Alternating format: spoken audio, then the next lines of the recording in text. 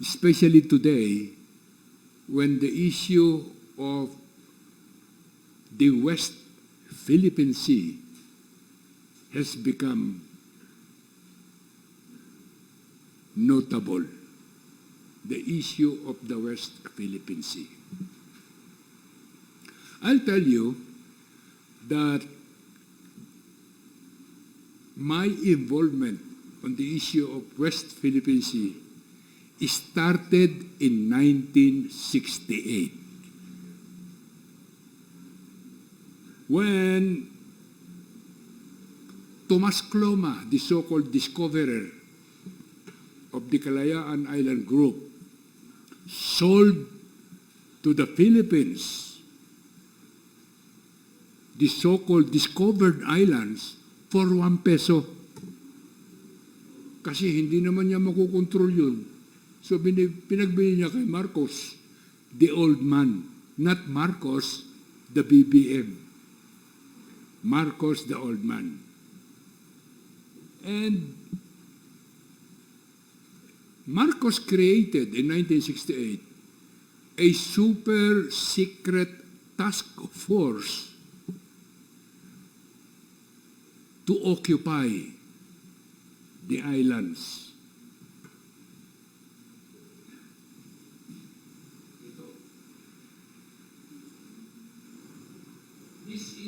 This is the West Philippine Sea. And the islands we occupied ay nandun sa loob. And so we occupied it, but being the intelligence and operations officer of that super task force, we were not reporting to General Headquarters or to the Secretary of National Defense. We were told to report directly to President Marcos, the old man, hindi si BBM. Let me tell you one incident. When the Commandant of Marines, then Commodore Brown, and I were to resupplying the small islands there.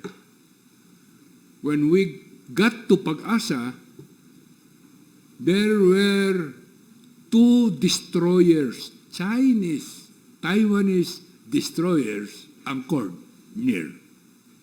And so there was a confrontation. Nagkatutukan kami ng kanyon. Nakatutok yung kanyon sa amin ng Taiwanese.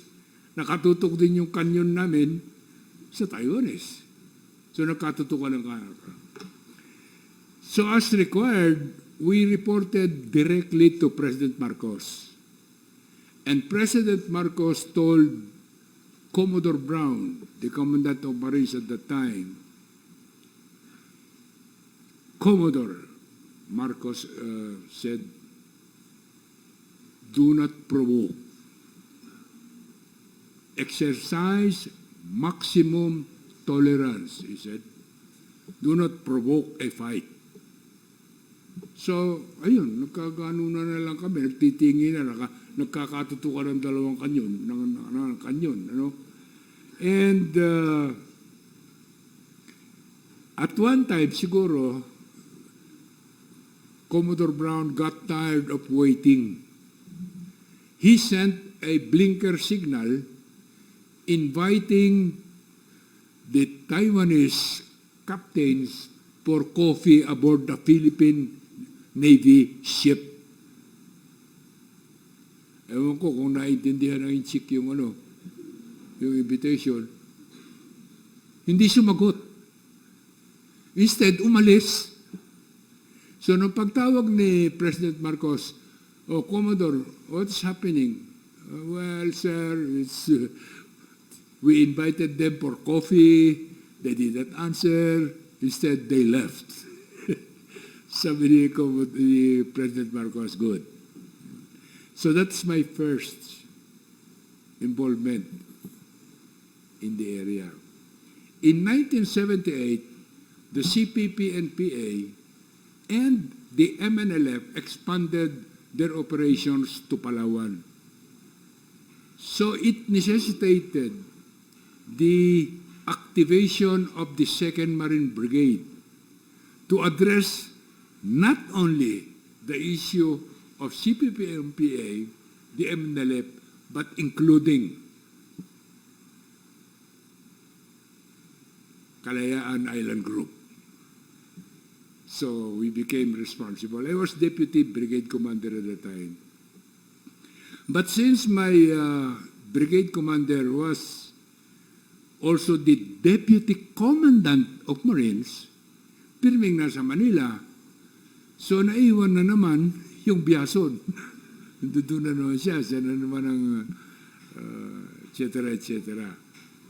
I asked the commander of Western Command, sabi ko, sir, every time we have to evacuate somebody from the islands or resupply the islands, we had to call the U.S.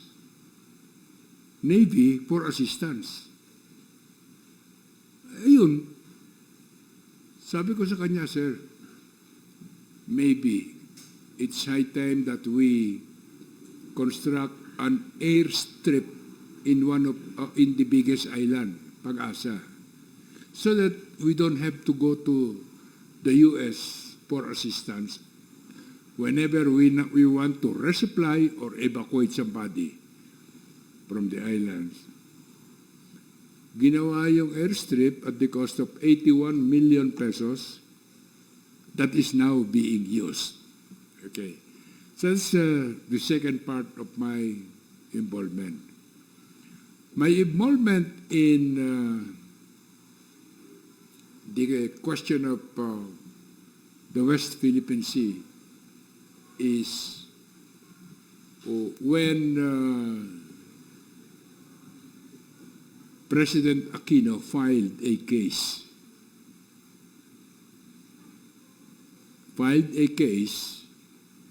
for our claims in the Permanent Court or Arbitration of the United Nations based in The Hague. Now, because the American lawyers, 3 American lawyers were representing our case in The Hague, they knew my involvement in the West Philippine Sea. They invited me for the hearing in The Hague. And so I attended. And, you know, when I got there, there were delegations from Thailand, delegations from Australia, delegations from Indonesia, from Brunei, from Japan. I asked them, these international delegations, I asked them a question. Why are you here? This is a case for the Philippines. Why are you here? And so they said, well, we are here because we are interested in the Philippines case. Because if the Philippines win the case, we also win. Sabi nila, kasi all of them are having their own claims. Kuminsan, conflicting claims with us and other countries, of course. And so I said, if the Philippines win the case, tayo na naman ang mag-uusap to settle our conflicting claims over part or the whole of the West Philippine Sea.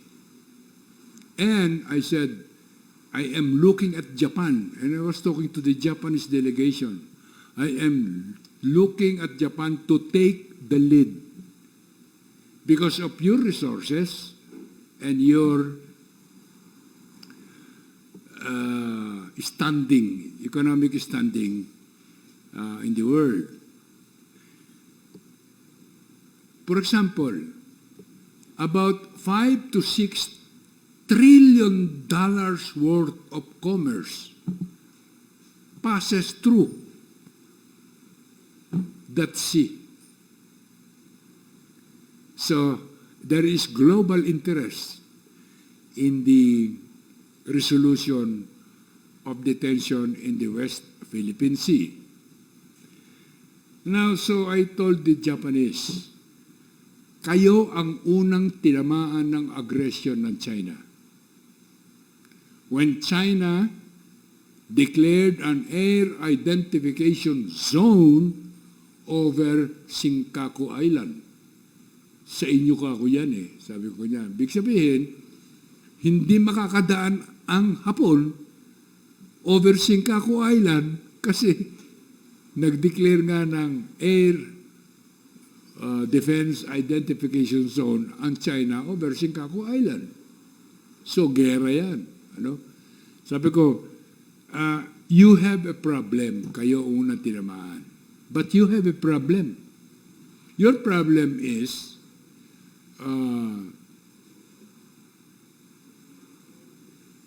your constitution. Your constitution prohibits Japan from getting involved in international issues outside of a demarcation line so defined in the Constitution. Of course, the Japanese Constitution was influenced by MacArthur after the Second World War. So, yun ang... Ano? And so I said, with that constitutional problem that you have on the issue of Chinese aggression over your territory, are you going to amend your constitution? So, sagot sa akin ng mga Hapon, no. We will not amend our constitution. We will amend our interpretations of our constitution. Yun sabi ng mga Hapon. And true enough, 1 week after that statement from the Japanese delegations, Prime Minister Abe came with a statement made public. At anong sabi ni Prime Minister Abe? We will not amend our constitution. We will amend the interpretations of our constitution. Yun sabi ni Abe. There are certain other snippets that I would like to forward to you. As chairman of the Defense Committee, I had to deal with the proposal for the ratification of the Visiting Forces Agreement in the Senate. And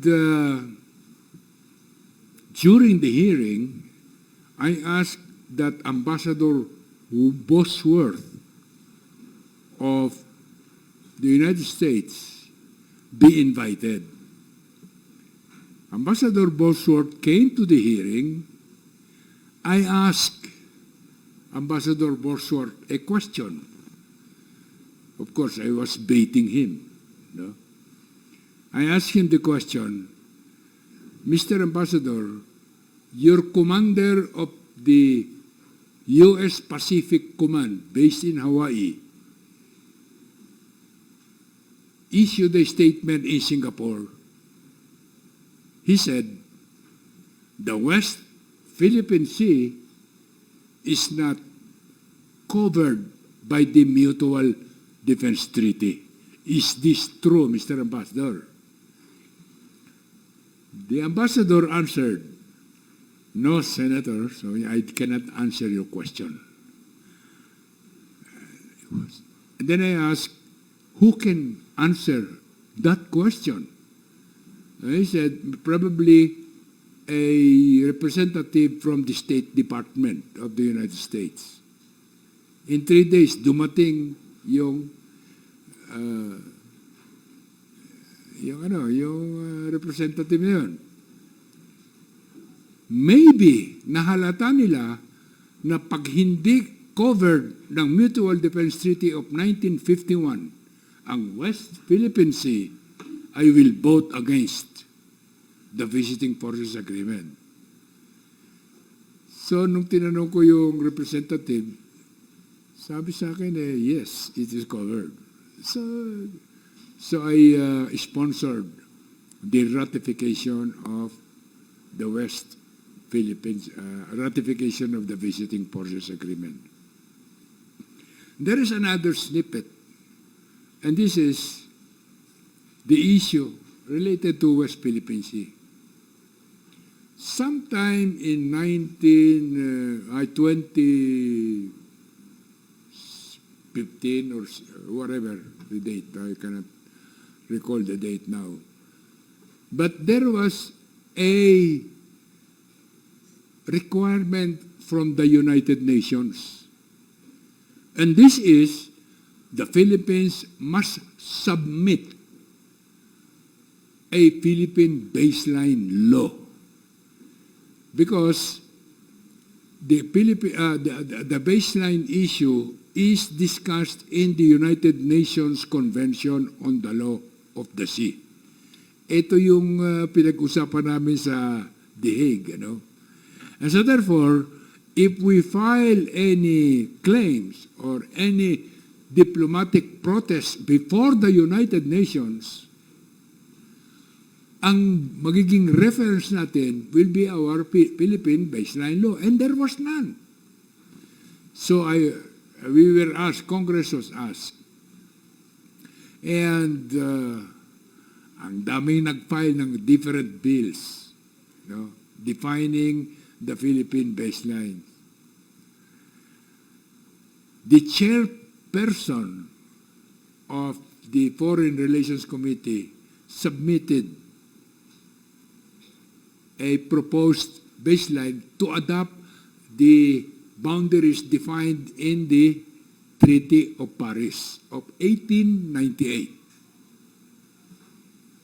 The Treaty of Paris, nung ginawa yun, wala pang Pilipinas.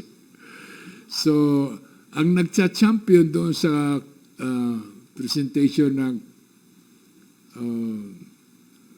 Treaty of Paris as the reference baseline was Miriam Santiago, the senator, together with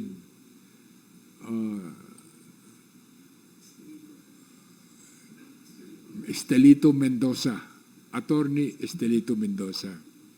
In the hearings, I asked Attorney Estelito Mendoza, Attorney, I asked, did we sign the Treaty of Paris that you are proposing to be adopted?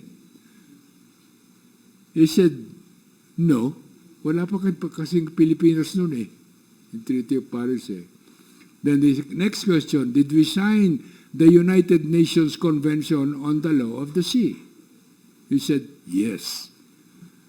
So anytime we file a diplomatic protest or pursue our claims, we have to refer to a Philippine baseline law. And the Philippine baseline law that we must adopt must be in accordance with the provisions of the United Nations Convention on the Law of the Sea.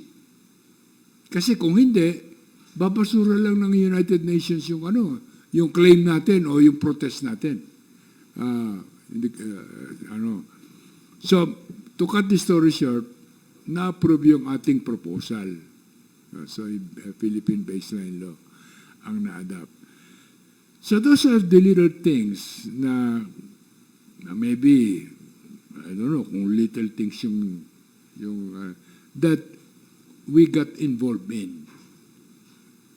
And remember, those were ideas that came from a former laundry boy, sushi boy, newspaper boy, Meron pa pala akong hindi nasabi sa inyo na trabaho. Palangganero. Do you know what is palangganero? Palanggana. So yan lang po yung ating captured video. Thank you so much. Credits to the University of Baguio Library. Meron din akong sariling video pero medyo maingay. So nag-screen record na lang po ako dito sa Facebook page ng University of Baguio. Thank you so much for inviting me to attend. Personally, pero lobat yung ating cellphone. Hindi tayo nakapag-selfie at saka maraming pumila. So, yan yung ating nakuhang documentation from former Senator Rodolfo Biason regarding the background, history, and status of West Philippine Sea. Thank you so much, and I hope you like this content. Please subscribe if